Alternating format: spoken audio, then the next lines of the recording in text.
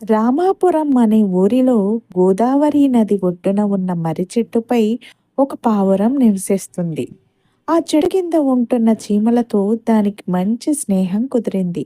ఓ ఏడాది గోదావరి నదికి వరద రావడంతో చీమల పుట్ట మొత్తం ప్రవాహంలో కొట్టుకుపోయింది.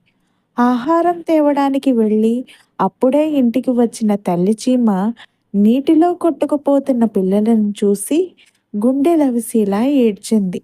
చీమ కష్టాన్ని చూసిన పావురం రివ్వున ఎగిరి ఒక ఆకును కోసి నీటిలో కొట్టుకుపోతున్న పిల్ల చీమల దగ్గరలో వేసింది.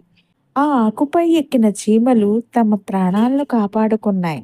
ఇది గడిచిన కొన్ని రోజులకు పక్షులను వేటాడుతూ వస్తున్న వేటగాడు చీమ కంటపడ్డాడు. చెట్టుపై ఉన్న పావురాన్ని చూసిన వేటగాడు దానిపై విల్లు ఎక్కుపెట్టాడు.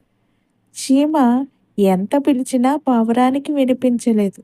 చివరకు ప్రాణాలకు తెగించి వేటగాడి కాళ్ళని గట్టిగా కుట్టింది చీమ. ఆ నొప్పితో వేటగాడు అరవడంతో పావురం రివ్వున ఎగిరిపోయింది. వేటగాడు చీమను నలిపి చంపేశాడు.